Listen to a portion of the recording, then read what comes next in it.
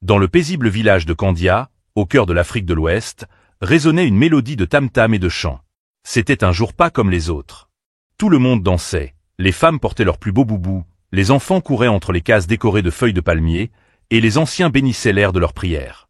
Car aujourd'hui, Aminata, la fille du vieux forgeron Bakari, allait se marier. Aminata était connue dans tout le village pour sa douceur, sa beauté et sa foi. Sa peau sombre brillait comme l'ébène, ses yeux portaient la lumière de la sincérité, et sa voix avait apaisé plus d'un cœur. Orpheline de mère depuis l'âge de 10 ans, elle avait grandi sous l'aile de son père et de sa tante Fanta, une femme austère, respectée mais crainte. Le marié, Ousmane, était un jeune commerçant prospère venu de la ville. Il avait croisé Aminata lors d'une fête de moisson, et avait immédiatement demandé sa main. Malgré la surprise, la famille accepta. C'était un bon parti, bien éduqué, généreux et connu pour sa piété. Mais ce que personne ne savait, c'est qu'au fond du cœur d'Aminata, il y avait une crainte. Depuis des mois, sa tante Fanta agissait de façon étrange. Elle murmurait souvent avec des femmes du village à son insu. Elle insistait pour qu'Aminata respecte des rituels inhabituels, lui faisait boire des tisanes amères sans explication, et parfois, elle la regardait avec un mélange d'envie et de colère qu'Aminata ne comprenait pas. Le jour du mariage, tout semblait pourtant parfait. La cérémonie fut splendide, les cadeaux abondants, et les bénédictions nombreuses. Aminata, vêtue d'un pagne brodé or et d'un foulard en soie, rayonnait. Mais alors que le soleil se couchait derrière les baobabs, et que la nuit de noces s'annonçait, le destin avait déjà commencé à tisser sa toile. La lune baignait la case nuptiale d'une lumière douce, presque irréelle. Des lampes à huile diffusaient un parfum de fleurs séchées, et des tapis avaient été soigneusement étendus sur le sol battu. C'était dans cette atmosphère sacrée que devaient s'unir Aminata et son époux Ousmane, pour la première fois, en tant que mari et femme. Mais à l'intérieur, un silence étrange régnait. Aminata était assise sur le lit, les mains tremblantes, le regard rivé au sol. Ousmane, lui, se tenait à l'écart, les sourcils froncés, visiblement troublé. Il venait de découvrir quelque chose qui, selon lui, remettait tout en question. « Tu n'es pas pur », lâcha-t-il d'une voix tendue. Le cœur d'Aminata s'arrêta. Elle le regarda, stupéfaite, le souffle coupé. « Qu'est-ce que tu veux dire, Ousmane » balbutia-t-elle. Il détourna les yeux. « On m'avait dit que tu étais une jeune fille vertueuse. Une vierge. Mais, ce soir, ce n'est pas ce que j'ai vu. Tu m'as menti, Aminata. » La jeune mariée sentit ses jambes faiblir. Elle n'arrivait pas à comprendre ce qu'il insinuait. Elle, qui avait tout préservé par crainte de Dieu, qui s'était refusée à tout homme, même dans ses pensées, comment pouvait-il dire cela? « Je te jure devant Dieu que je n'ai connu aucun homme avant toi, Ousmane, » s'écria-t-elle en larmes. Mais Ousmane ne répondit pas. Il quitta la case en silence, laissant Aminata seule, en robe de noces, le cœur brisé et l'âme piétinée. À l'extérieur, la tante Fanta observait la scène de loin, cachée derrière un arbre. Un sourire discret s'étira sur son visage. Quelque chose d'inhumain venait de commencer. Et Aminata n'avait plus que Dieu vers qui se tourner. Dès les premières lueurs de l'aube, le calme du village fut brisé par une rumeur qui se propagea à une vitesse fulgurante. Ousmane a quitté la case nuptiale sans toucher sa femme. Il dit qu'Aminata n'était pas pure. On l'a trompé.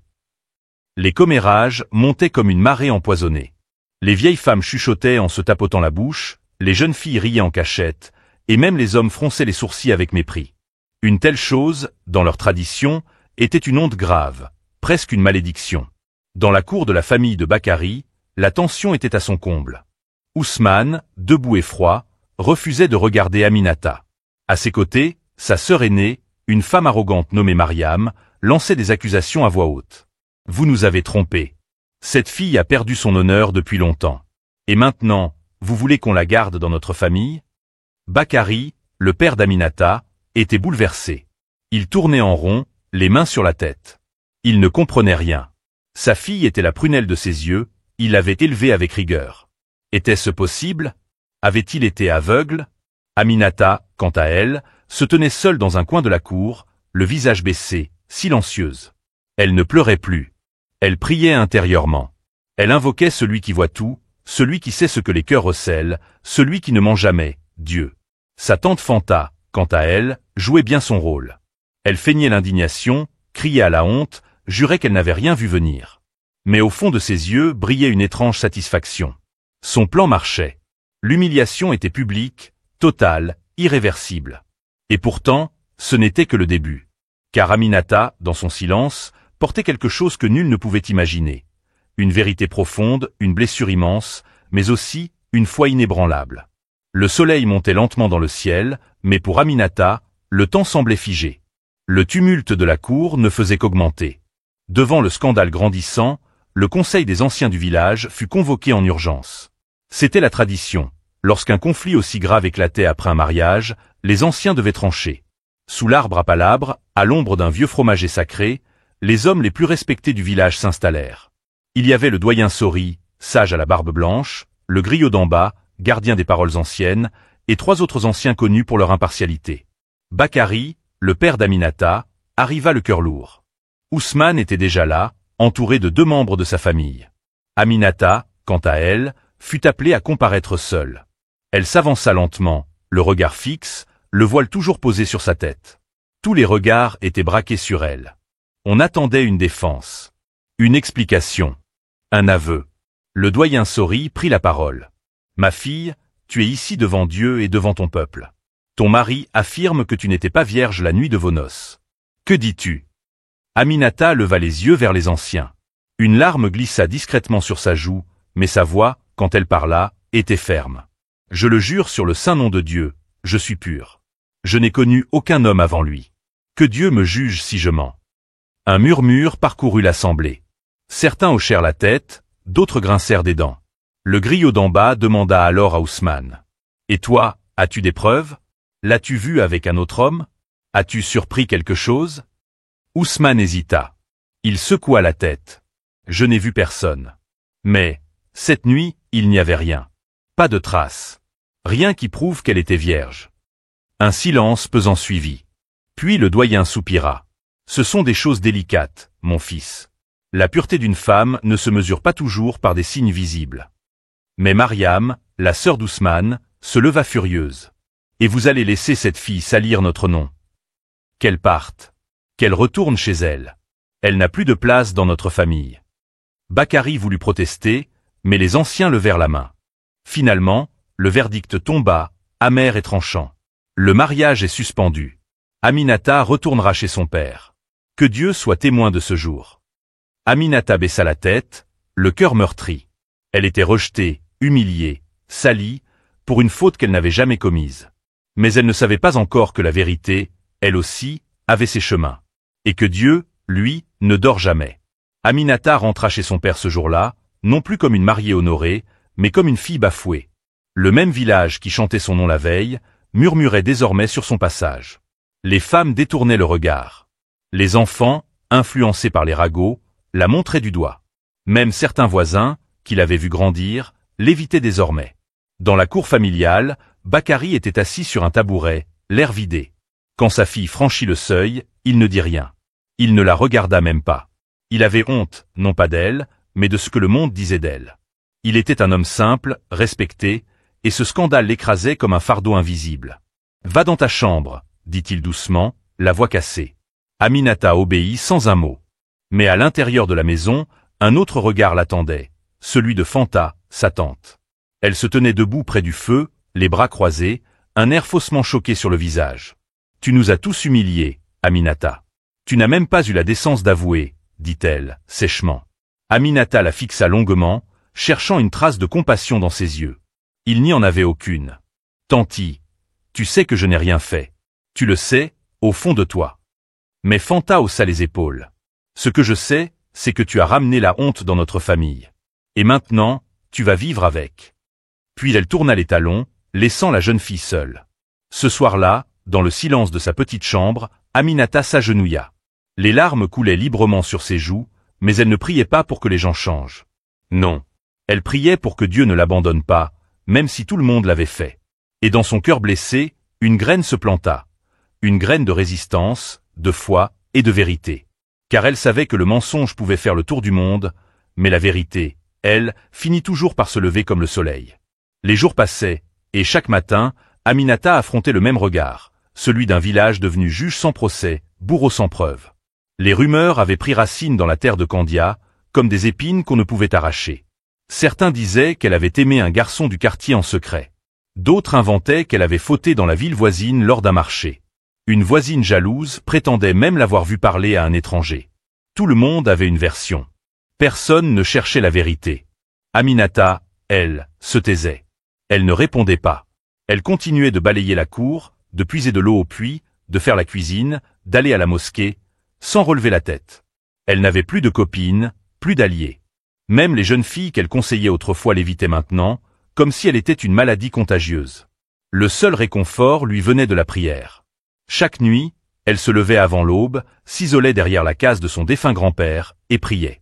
Sous les étoiles, elle versait son cœur. Elle ne priait pas pour être vengée, ni même pour retrouver Ousmane. Elle priait pour la paix, pour la force, et pour que Dieu nettoie son nom, le jour qu'il aura choisi. Un soir, alors qu'elle sortait discrètement de la mosquée après la prière de l'Isha, une voix l'arrêta. Aminata. Elle se retourna. C'était Hawa, une vieille mendiante que tout le monde ignorait. Une femme considérée folle, mais que certains appelaient la bouche de l'invisible. Elle vivait dans les bois, ne parlait presque jamais, et n'apparaissait qu'à de rares moments. Hawa s'approcha lentement, posa sa main sur l'épaule d'Aminata et murmura. « Ma fille, ce n'est pas toi qu'ils ont sali, c'est leur propre cœur. Mais la vérité sortira. Et quand elle viendra, elle criera plus fort que tous leurs mensonges. » Puis elle s'éloigna dans la nuit, laissant Aminata figée. Pour la première fois depuis longtemps, quelqu'un l'avait cru. Et ce simple geste allait devenir le début d'un retournement que personne n'avait vu venir. Ce soir-là, après sa rencontre étrange avec Hawa, Aminata ne ferma pas l'œil. Les paroles de la vieille mendiante résonnaient dans son esprit comme une prophétie. Comment cette femme, que tout le monde ignorait, savait-elle ce qu'elle portait au fond du cœur? Pourquoi était-elle apparue ce soir-là, et pas un autre? Assise près de la lampe à huile, Aminata remonta doucement dans ses souvenirs. Elle revit la nuit de noces, chaque geste, chaque mot. Et soudain, un détail qu'elle avait oublié lui revint en mémoire. Avant qu'elle ne parte pour sa nuit nuptiale, sa tante Fanta était entrée dans sa chambre avec une calebasse fumante. « Bois cette infusion. C'est pour calmer tes nerfs. Ta mère aussi l'avait prise le soir de ses noces, avait-elle dit avec un sourire. Aminata, naïve, l'avait bu sans poser de questions. Mais maintenant, elle se souvenait de l'amertume étrange de cette boisson, de la sensation de vertige qui avait suivi, du flou dans sa tête cette nuit-là. Et si cette infusion n'était pas innocente? Le lendemain, alors qu'elle préparait le mil pour le déjeuner, elle entendit deux femmes du village discuter près du puits. « Tu as vu Fanta ces derniers temps? Elle ne cesse de rendre visite à la vieille Yahi. La guérisseuse. Oui, celle qui connaît les plantes, mais aussi les choses qu'on ne voit pas. » Aminata sentit son cœur s'accélérer. Elle attendit que les femmes s'éloignent, puis, le soir venu, décida d'aller voir cette fameuse vieille Yahi, même si cela lui faisait peur.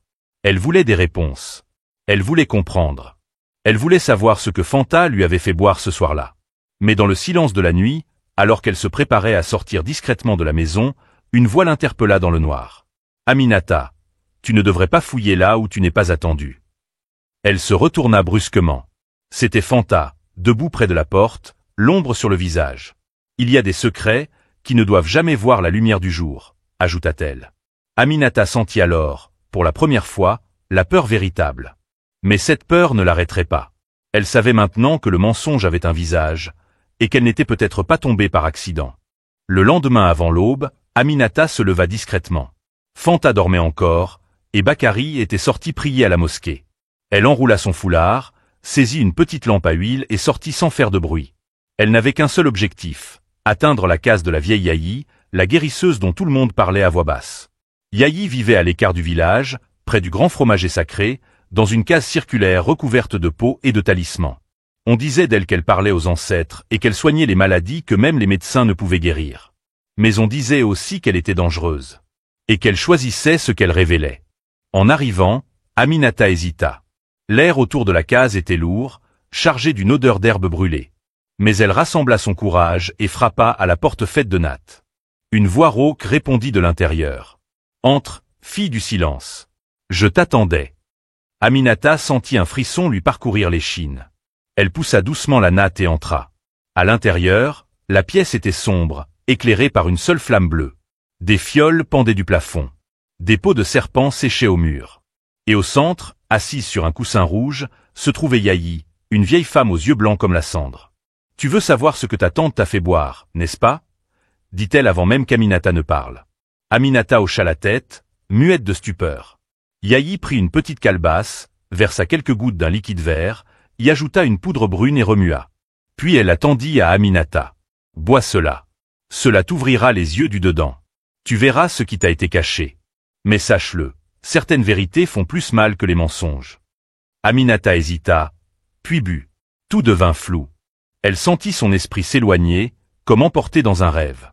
Des images surgirent. Fanta, penché au-dessus d'une marmite, y versant une poudre noire. Puis un homme au visage inconnu lui donnant de l'argent. Ensuite, une conversation entre Fanta et Mariam, la sœur d'Ousmane. Une fille comme elle ne mérite pas un homme comme lui. Il faut la salir avant qu'elle ne monte trop haut. Et enfin, Fanta glissant une chose étrange dans la boisson d'Aminata, la veille de sa nuit de noces. Aminata cria dans son sommeil. Elle se réveilla en sursaut, le front trempé de sueur. Yahi la regarda, calme. Ce que tu as vu est vrai. Ta tante ne voulait pas te voir briller. Mais maintenant que tu sais, tu ne peux plus te taire. Aminata tremblait. Son cœur battait vite. Elle venait de toucher la racine du mensonge.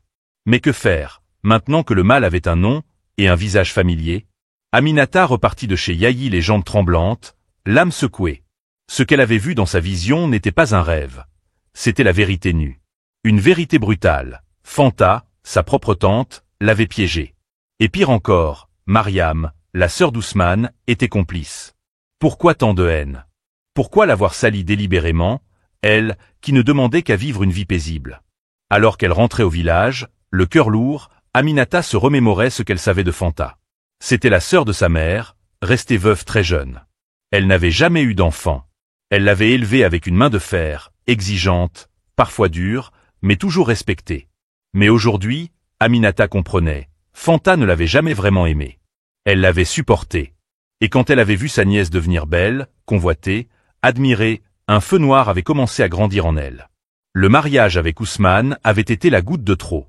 Fanta voulait qu'Aminata échoue. Elle ne supportait pas qu'une orpheline sans mère soit plus heureuse qu'elle, plus aimée, plus honorée. Et Mariam, elle, voulait protéger l'honneur de son frère, en s'assurant qu'il épouse une femme de la ville, digne de son rang. Aminata n'était qu'une fille de forgeron, une campagnarde, disait-elle souvent avec mépris. En rentrant à la maison, Aminata trouva Fanta en train de trier du riz, comme si de rien n'était. La jeune fille s'arrêta, la fixa longuement. Elle sentit monter une colère brûlante, mais aussi une immense douleur. Comment affronter quelqu'un qui vous a élevé? Comment dénoncer une femme que tout le monde respecte? Où étais-tu? Demanda Fanta sans lever les yeux. Chez une femme qui m'a ouvert les yeux, répondit Aminata d'une voix calme. Fanta s'arrêta net. Son regard croisa celui de sa nièce. Un éclat de panique, aussi furtif que la morsure d'un serpent, passa dans ses yeux. Elle comprit. Aminata savait. Mais aucune des deux ne dit un mot de plus. Le silence s'installa, tendu comme une corde prête à se rompre. Cette nuit-là, Aminata pleura. Non pas de tristesse, mais de dégoût. Elle aurait pu hurler, dénoncer, tout révéler, mais quelque chose en elle lui disait « ce n'est pas encore le moment ». Car la vérité ne doit pas seulement sortir. Elle doit frapper au bon moment, comme un éclair dans une nuit sans lune. Depuis ce jour, Aminata ne regardait plus sa tante Fanta de la même manière. Chaque geste, chaque parole, chaque regard portait désormais un poids lourd de trahison. Et pourtant, elle gardait le silence. Elle continuait à faire ses tâches, à prier, à vivre, comme si rien n'avait été découvert. Mais dans le secret de son cœur, elle préparait quelque chose. Elle avait compris que pour laver son nom, il lui faudrait plus qu'une confrontation. Il lui faudrait des preuves, il lui faudrait la lumière de Dieu au bon moment. Et ce moment approchait. Un matin, alors qu'elle allait chercher de l'eau au puits, elle croisa Mariam, la sœur d'Ousmane. Celle-ci, comme à son habitude, la regarda avec mépris. « Tu oses encore marcher la tête haute, après ce que tu as fait subir à mon frère » cracha-t-elle. Aminata ne répondit pas. Elle se contenta de sourire doucement, et dit « Ce n'est pas moi que tu as blessé, c'est la vérité. » Mariam fronça les sourcils, surprise par le calme de sa voix. Elle ne savait pas que les fondations de son mensonge étaient en train de s'effriter. Le même jour, un événement inattendu secoua le village. Ousmane tomba gravement malade. Fièvre violente, douleur aux articulations, sueur nocturne, rien ne l'apaisait. Les marabouts consultés ne comprenaient pas. Les médicaments n'avaient aucun effet. Il s'affaiblissait jour après jour. Son entourage paniqua. Même Mariam fut obligée de ravaler son arrogance. C'est alors qu'un vieil imam du village, connu pour son discernement, déclara Cette maladie n'est pas du corps. Elle vient de l'injustice. Quelque chose a été fait, et Dieu réclame réparation. Le choc fut immense. Certains commencèrent à murmurer que cela pouvait être lié à l'histoire d'Aminata. Car dans la tradition du village, lorsqu'une personne est humiliée injustement, et qu'elle ne se défend pas, le ciel lui-même finit par répondre. Fanta entendit aussi ces rumeurs. Et pour la première fois, elle perdit le sommeil. Elle se mit à faire des cauchemars chaque nuit. Des voix l'appelaient. Elle voyait des flammes, des chaînes, des regards accusateurs. Elle se réveillait en sueur, en criant. Aminata, elle, continuait de prier. Elle n'avait toujours pas accusé. Elle n'avait pas haussé la voix. Mais sa paix intérieure grandissait, car elle sentait que Dieu avançait pour elle. Et cette paix allait bientôt faire trembler tous ceux qui l'avaient détruite. Ce soir-là, Aminata se leva bien avant l'aube. Le ciel était encore noir, les coqs n'avaient pas chanté, et tout le village dormait. Elle se lava les mains, les bras, le visage, puis étendit un petit pagne propre sur la terre battue, derrière la case familiale. Là, à genoux, face à l'est, elle s'abandonna à Dieu, comme elle ne l'avait jamais fait auparavant. Ses mains levées tremblaient. Sa voix n'était qu'un murmure, mais son cœur criait. Ô toi qui sais ce que cache chaque cœur. Ô toi qui ne dors jamais. Ô toi qui rends justice même quand les hommes ferment les yeux. Je ne demande ni vengeance, ni mal pour ceux qui m'ont détruite. Mais je t'implore, rends-moi mon honneur. Et alors qu'elle pleurait doucement, elle sentit une paix étrange l'envelopper, comme si le ciel lui répondait sans mots. Son cœur se calma. Elle ouvrit les yeux et regarda les étoiles. Une d'elles brilla plus fort, juste un instant. À ce même moment, dans une autre partie du village, Ousmane délirait dans son lit. Sa fièvre avait redoublé. Il parlait en dormant, gémissant des phrases incohérentes. Mais au milieu de ces mots, un nom revenait sans cesse. Aminata. Aminata. Pardon. Sa mère, assise à son chevet, effrayée, appela un imam. Celui-ci, après avoir prié, dit en soupirant. Il doit faire face à la vérité qu'il a refusée. C'est la seule issue. Le lendemain, sous un ciel lourd, une femme arriva au village. Une étrangère, portant un sac et une enveloppe. Elle était venue de la ville voisine. Elle demanda à voir Ousmane. Quand elle entra dans sa chambre, elle s'agenouilla près de lui et dit calmement. « Tu ne me reconnais pas? Je suis la pharmacienne à qui ta sœur a demandé une poudre, quelques jours avant ton mariage. Elle a dit que c'était pour calmer une jeune fille nerveuse. Mais j'ai eu des doutes. » Elle sortit l'enveloppe et y montra une copie de l'ordonnance falsifiée par Mariam. « J'ai gardé ça, au cas où. Et j'ai entendu ce qui t'est arrivé. Ton mal ne vient pas du hasard, Ousmane. » Le cœur d'Ousmane rata un battement. Il comprit. Lentement, doucement, comme un coup de tonnerre silencieux. Il avait été manipulé. Il avait rejeté une innocente. Il avait trahi la seule femme qu'il aimait vraiment. Et maintenant, il devait réparer, ou s'effondrer sous le poids de son erreur. Le lendemain matin, le village de Candia s'éveilla sous un vent inhabituel. Un souffle chaud, comme un murmure de vérité, semblait traverser les ruelles de terre rouge. Une rumeur nouvelle, différente cette fois, se propageait lentement. Une femme de la ville est venue voir Ousmane. Elle dit que tout ce qu'on croit savoir sur Aminata est faux. Chez le vieux Bakary, Aminata balayait silencieusement la cour lorsque son père l'appela. « Aminata, viens ici, dit-il, assis sous le manguier. » Il avait les traits tirés, l'air vieilli. Depuis des jours, il observait sa fille en silence, rongé de doutes. Mais cette fois, ses yeux étaient humides. « J'ai entendu dire qu'une étrangère est allée voir Ousmane. Qu'elle a parlé d'un médicament, d'un piège. » Il se leva lentement, posa ses mains rugueuses sur les épaules de sa fille. « Dis-moi la vérité, ma fille. Je veux l'entendre de ta bouche. As-tu été victime d'un complot ?» Aminata le regarda longuement. Puis elle hocha doucement la tête. « Oui, Baba. Fanta m'a donné une tisane le soir de mes noces. Et j'ai découvert qu'elle n'était pas seule. » Bakary recula d'un pas, choqué. « Fanta. Mais pourquoi ? » Parce qu'elle n'a jamais supporté de me voir heureuse. Et Mariam, la sœur d'Ousmane, ne voulait pas que je l'épouse. Le vieux forgeron tomba à genoux, les larmes coulant librement. Lui, l'homme fort, pilier du village, pleurait comme un enfant. « Pardonne-moi, Aminata. Je t'ai laissé seule. Je t'ai cru coupable. » Aminata s'agenouilla à ses côtés, les yeux humides mais paisibles. « Baba, tu ne m'as jamais laissé seule. Dieu était avec moi. Et il est aussi avec toi, maintenant. » À cet instant, une silhouette entra dans la cour. C'était l'imam du village. Derrière lui, 2 hommes portaient une natte roulée et un sac. Aminata, Bakari, dit-il d'une voix grave, Ousmane a demandé à vous voir. Il a quelque chose à confesser. Le cœur d'Aminata battit plus vite. Le moment était venu. Le mensonge allait tomber. Et la vérité, longtemps enterrée, allait se lever devant tout le village. Devant la maison d'Ousmane, une foule s'était discrètement formée. Les gens, curieux et inquiets, avaient appris que le jeune homme, malade depuis plusieurs jours, avait demandé à parler publiquement. C'était rare.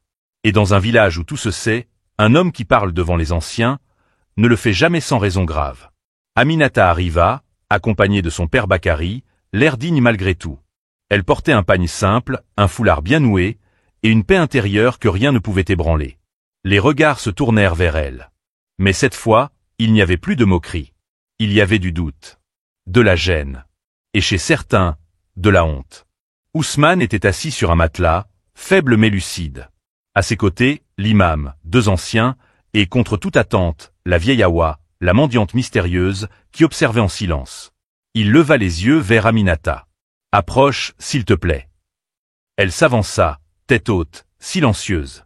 Ousmane se tourna ensuite vers l'assemblée. « Je demande à parler devant tous, car j'ai péché devant tous. » Un murmure parcourut l'auditoire.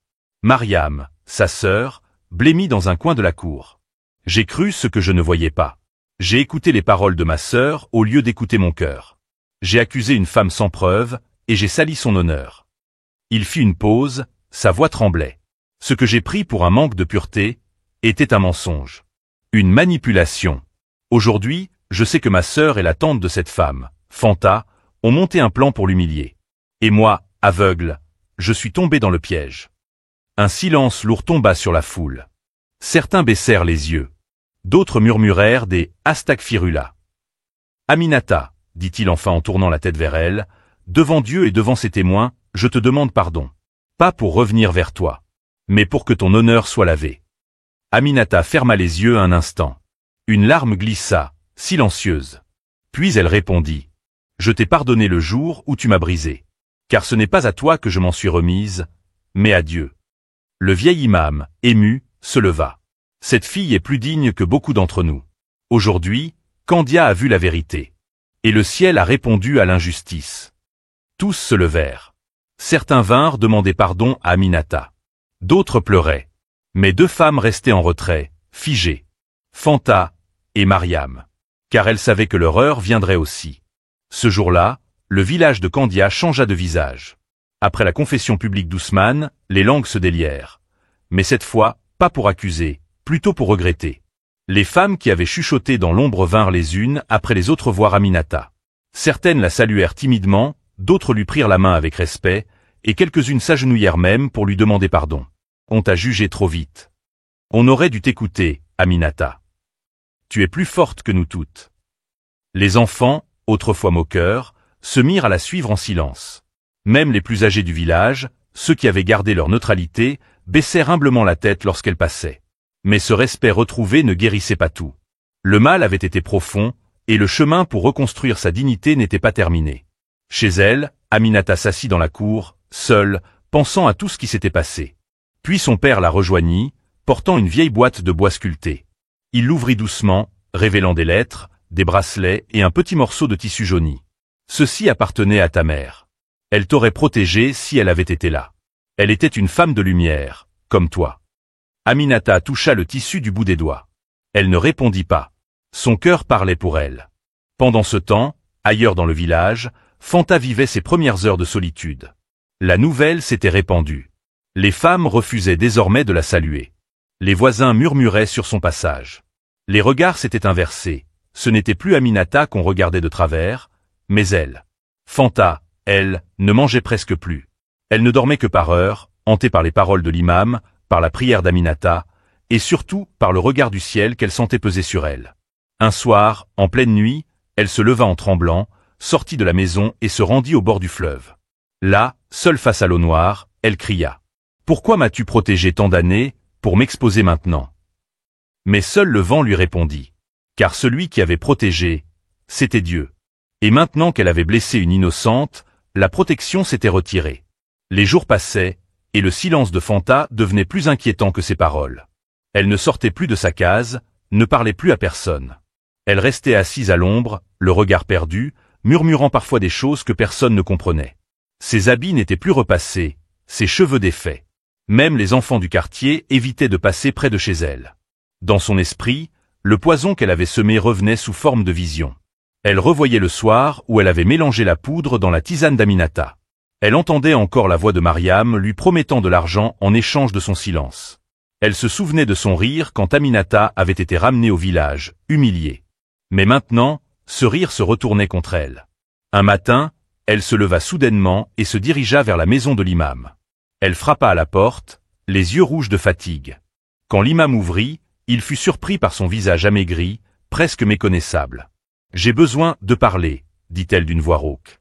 Il l'invita à entrer, et là, dans cette pièce simple, entre les tapis de prière et les livres saints, Fanta s'effondra. « C'est moi qui ai tout fait. J'ai sali Aminata. J'ai trahi ma propre sœur morte. » L'imam l'écouta en silence, le regard grave.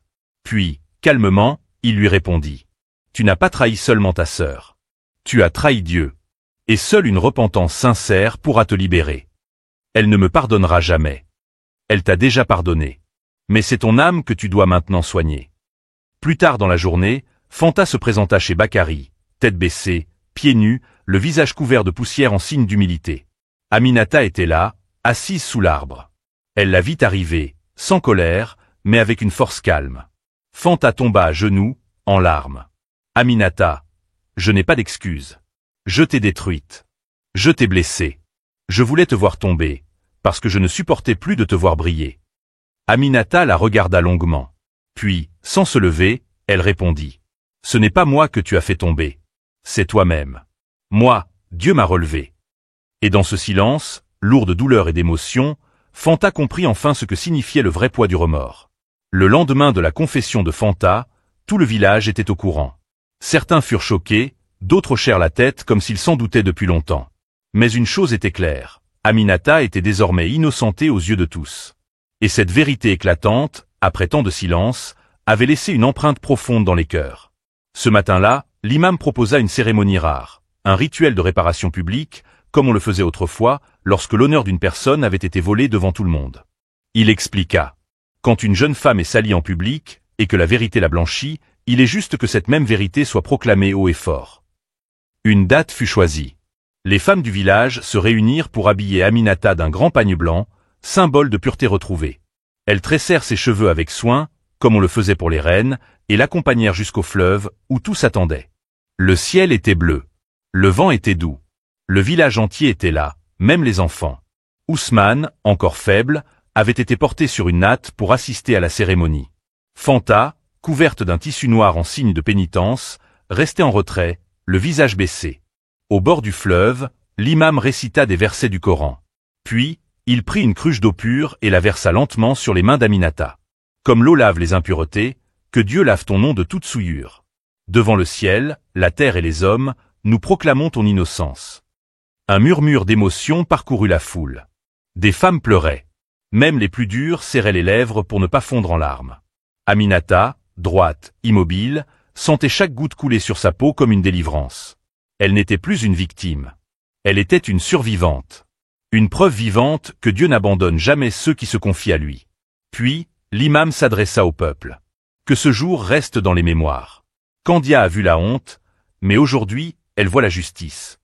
À cet instant, une chose encore plus surprenante se produisit. La vieille mendiante Hawa, que tout le monde avait oubliée, s'avança lentement. Elle posa sa main ridée sur l'épaule d'Aminata et dit d'une voix forte. « C'est terminé. Ce qui devait être révélé l'a été. Mais son histoire ne fait que commencer. » Et dans ce silence sacré, le destin d'Aminata prit un nouveau tournant. Après la cérémonie au fleuve, le nom d'Aminata retrouva sa lumière.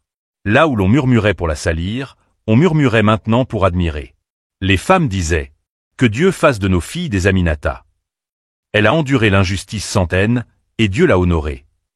Mais malgré les louanges, Aminata ne changea pas. Elle restait humble, douce, discrète. Elle continuait à servir son père, à prier chaque nuit, et à remercier Dieu pour sa délivrance. Mais au fond de son cœur, quelque chose avait changé. Elle n'était plus seulement une fille brisée qui avait survécu à la calomnie. Elle était devenue une voix, une force, un exemple. C'est alors qu'un jour, la vieille Hawa, la mendiante à la parole rare, vint lui parler au marché. Elle lui tendit un vieux panier tressé, à moitié vide, et dit simplement « Sème une graine. Mais ne la plante pas dans la terre. Plante-la dans les cœurs. » Aminata comprit. Ce n'était pas un panier de fruits, ni de graines, c'était un appel. Quelques jours plus tard, elle fit quelque chose que personne n'avait jamais vu dans le village. Elle installa, au pied du grand manguier, un petit espace avec des bancs en bois et une ardoise. Elle écrivit à la craie « Espace des jeunes filles, pour apprendre, écouter et parler sans peur. » Au début, peu osaient venir. Mais au fil des jours, des fillettes timides s'approchèrent, puis des adolescentes curieuses, puis même des mères discrètes. Aminata leur parlait de valeur, de foi, de dignité, de pardon et de vérité. Elle disait « On peut tout perdre, sauf sa valeur devant Dieu. C'est ce regard-là qu'il faut garder. » Même les jeunes garçons du village s'arrêtaient parfois à distance, écoutant sans oser s'asseoir. Le chef du village lui-même entendit parler de cette école sous l'arbre et dit « Elle ne lit pas que dans les livres. Elle lit dans les âmes. » Et ainsi, sans bruit, Aminata devenait bien plus qu'une innocente blanchie. Elle devenait une bâtisseuse, une guérisseuse de silence, une lumière après la tempête. Mais ailleurs, dans l'ombre, quelqu'un la regardait, rongé par le regret. Ousmane. Depuis la cérémonie, Ousmane n'était plus le même. Son corps avait retrouvé de la force, mais son cœur, lui, ne dormait plus. Chaque nuit, il restait éveillé, regardant le plafond, les yeux ouverts, le cœur serré par un mélange d'admiration et de honte. Il observait Aminata de loin, quand elle parlait aux jeunes filles sous le manguier, quand elle portait de l'eau à son père, quand elle riait doucement avec des enfants. Elle brillait d'une lumière qui n'avait rien à voir avec la beauté physique. Elle brillait de l'intérieur. Et lui, il l'avait brisée. Plus le temps passait, plus Ousmane comprenait ce qu'il avait perdu. Non pas une épouse, mais une reine. Une femme d'une rareté qu'aucun bijou ne peut égaler. Sa sœur Mariam, elle, avait quitté le village peu après sa chute. Personne ne parla d'elle depuis. Quant à Fanta, elle continuait sa vie dans l'humilité et le silence, tentant de racheter ses fautes par de petits gestes, mais elle n'osait toujours pas croiser le regard d'Aminata. Un soir, Ousmane prit une décision. Il se rendit chez Bakari, le père d'Aminata. Le vieil homme était assis sur un tabouret, taillant un morceau de bois. « Baba Bakari » dit Ousmane en s'inclinant respectueusement. Le vieil homme releva la tête, surpris. Il n'avait pas vu Ousmane depuis la confession. « Je ne viens pas demander Aminata en mariage » dit Ousmane d'emblée, la voix tremblante. « Je viens te demander une chose. Permets-moi de réparer. » « Réparer » murmura Bakari. « Je veux aider à agrandir son école sous l'arbre. Je veux acheter des bancs, une table, un toit. Pas pour qu'elle m'aime à nouveau, mais parce que c'est la seule chose juste que je puisse faire. » Bakari le fixa longuement. Puis, lentement, il dit « Le pardon est un don, mais la réparation est une dette. Ce que tu veux faire, ce n'est pas de la charité. C'est le prix du silence qu'elle t'a offert. » Ousmane baissa la tête. Quelques jours plus tard, Aminata vit arriver un char à bœuf rempli de bois, de matériaux, de nattes et de peaux de craie. Un homme en descendit. Ousmane. Il s'inclina devant elle, posa la main sur son cœur, et dit « Ce n'est pas pour revenir. C'est pour m'éloigner, un peu moins sale. » Aminata le regarda, puis murmura « Alors construis, et que chaque clou enfoncé te rappelle qu'il vaut mieux bâtir une femme que la briser. » Et sous ce même arbre, une nouvelle école allait naître. Mais pas seulement une école. Un lieu de guérison, pour tout un peuple. Le grand manguier, autrefois simple arbre d'ombre, était devenu un symbole. Autour de lui, l'école d'Aminata s'était transformée. Grâce aux matériaux apportés par Ousmane, un toit en tôle fut monté, des bancs solides furent construits, et une grande ardoise fut posée contre le tronc. Des nattes neuves couvraient le sol. Les enfants du village, filles et garçons maintenant, s'y asseyaient chaque après-midi, impatients d'écouter Aminata. Elle ne leur enseignait pas seulement les lettres ou les chiffres, mais les valeurs, celles que le monde oublie trop vite. Le respect, la vérité, le courage, et surtout, le pardon. Un jour, une petite fille timide lui demanda « Aminata, est-ce qu'on doit toujours pardonner ceux qui nous font du mal ?» Aminata sourit et répondit calmement « Pardonner, ce n'est pas oublier. Ce n'est pas dire que c'est bien. C'est dire à Dieu « Je te laisse juger, et moi, je continue d'avancer. » Les enfants écoutaient en silence. Même les adultes, venus en cachette s'asseoir au fond, restaient figés. Ousmane, lui, venait chaque jour travailler dans le silence. Il posait les briques, réparait les bancs, balayait la cour. Il ne parlait jamais à Aminata, mais la respectait comme on respecte une chef, une marabout, une femme de Dieu. Et Aminata, sans le regarder directement, savait qu'il était là. Elle voyait le changement sincère dans son comportement. Elle n'avait plus de haine contre lui. Seulement un détachement paisible, comme une page tournée sans rancune. Un après-midi, alors qu'elle terminait la leçon du jour, une femme s'avança dans l'assistance. C'était Fanta. Elle portait un plat couvert, fait de ses mains. Elle le tendit à Aminata devant tout le monde, s'agenouilla et dit « Ce que j'ai détruit avec ma main, je veux aider à reconstruire avec mon cœur. Accepte ce plat, et ma présence. Pas comme ta tante, mais comme ta servante. » Un silence tomba. Puis, Aminata s'approcha, souleva lentement le tissu, prit une poignée de riz avec ses doigts, et en mangea. « Je ne mange pas pour oublier. Je mange, pour te dire que je n'ai plus faim de vengeance. » Les larmes roulèrent sur les joues de Fanta. Ce jour-là, l'école devint plus qu'un lieu d'enseignement.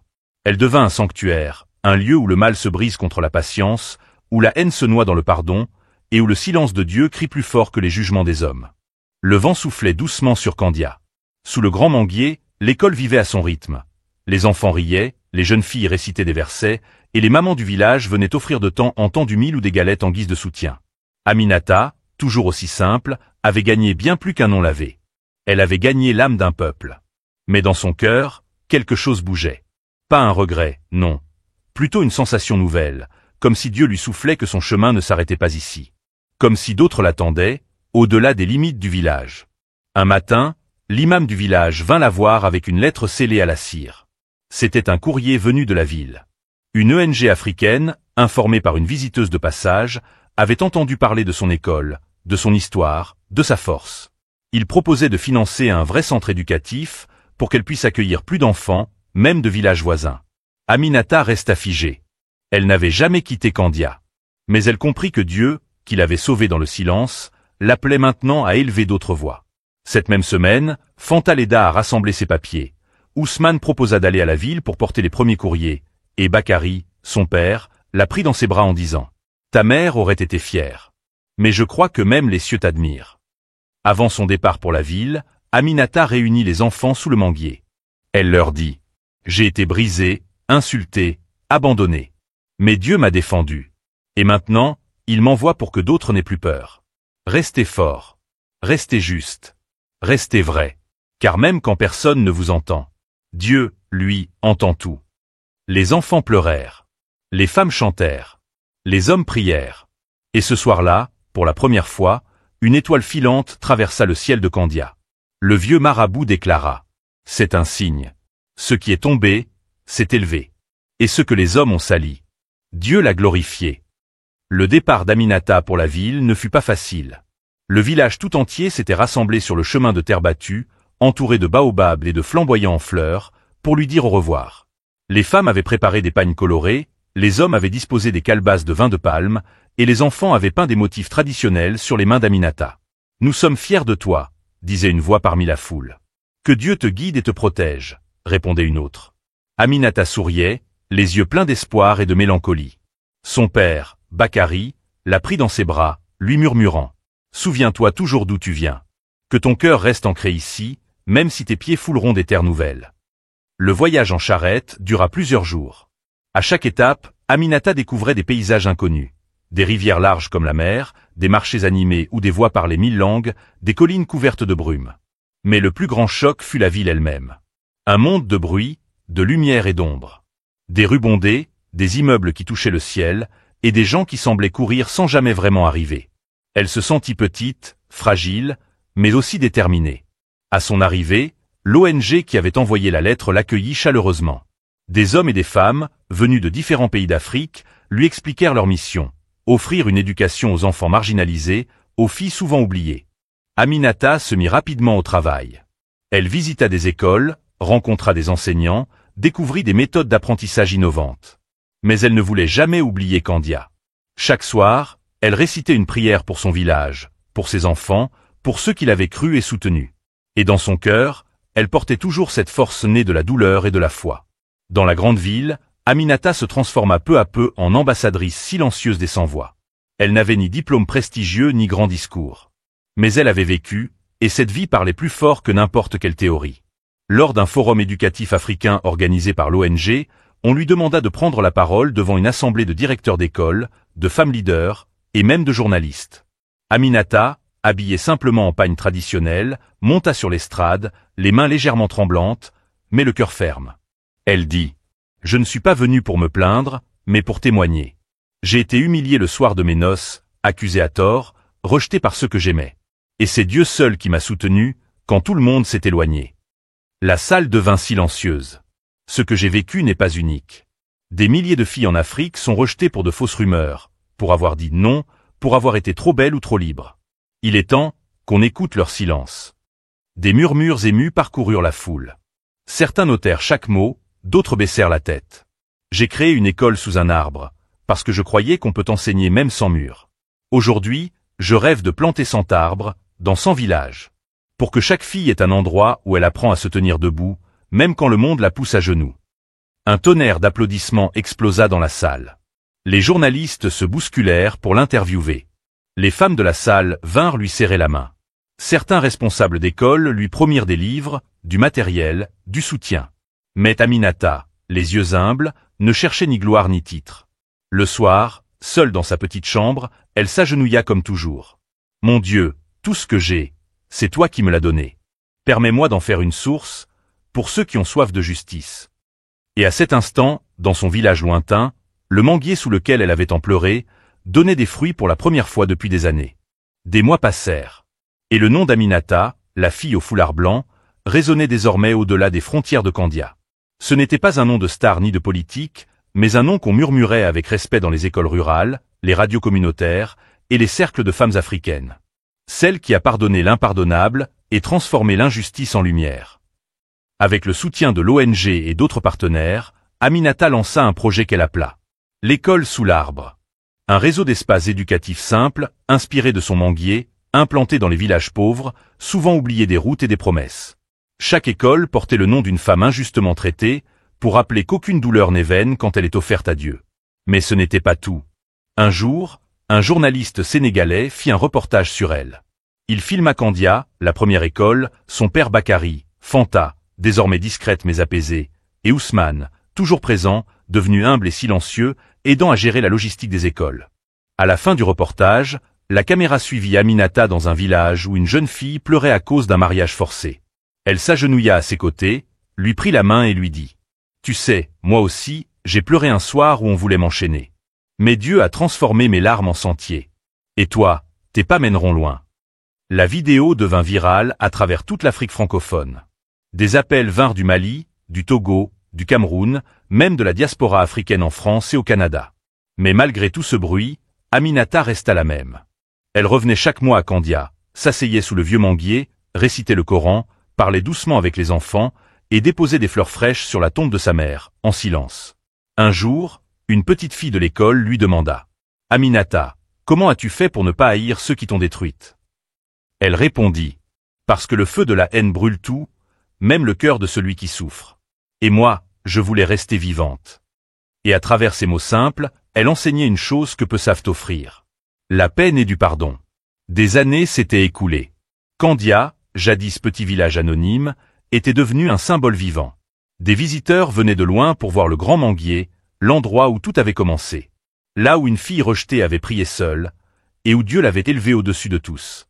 Aminata, désormais dans la trentaine, avait vu pousser son œuvre comme un arbre aux 1000 racines. Plus de 30 écoles sous l'arbre existaient dans 6 pays d'Afrique de l'Ouest. Chaque structure portait cette marque simple mais puissante. Ici, on apprend à se relever. Mais elle ne cherchait ni la célébrité, ni l'argent, ni les honneurs. Elle vivait simplement, partageant son temps entre les nouveaux projets et son village natal, où elle dormait toujours dans la case de son enfance au mur d'argile. Son père, Bakary, vieilli mais apaisé, répétait souvent en souriant aux visiteurs. « Ma fille est la preuve qu'une femme peut être brisée par les hommes, mais élevée par Dieu. » Et Ousmane, lui, ne s'était jamais remarié. Il vivait discrètement, consacrant sa vie à l'entretien des écoles, à la logistique, à la gestion des fournitures. Il servait sans jamais chercher à redevenir ce qu'il fut. Un homme changé, lavé par le temps, les remords, et la miséricorde d'une femme qu'il n'avait pas su voir. Un jour, Aminata fut invitée à un congrès continental de femmes africaines. Elle fut nommée « Femme de résilience de l'Afrique de l'Ouest ». Mais lorsqu'on lui tendit le trophée, elle déclara devant les caméras. Ce prix, je le dédie à toutes les femmes qu'on a accusées à tort. Celles qui pleurent encore en silence, dans des villages oubliés. Et je le dédie surtout à Dieu, mon seul témoin, quand tout le monde m'a tourné le dos. Silence. Puis tonnerre d'applaudissements. Mais au fond d'elle, Aminata ne voulait pas de statue, ni de trophée. Ce qu'elle voulait, c'était que chaque fille sache que l'humiliation n'est pas la fin. Que même dans les ténèbres, Dieu veille. Dieu entend. Dieu répond. Et comme elle le disait à ses élèves, chaque semaine, sous l'arbre. Vous pouvez perdre un mari, un nom, une réputation. Mais si vous gardez Dieu, alors vous n'avez rien perdu. Ainsi s'acheva l'histoire d'Aminata. Mais son héritage, lui, ne faisait que commencer.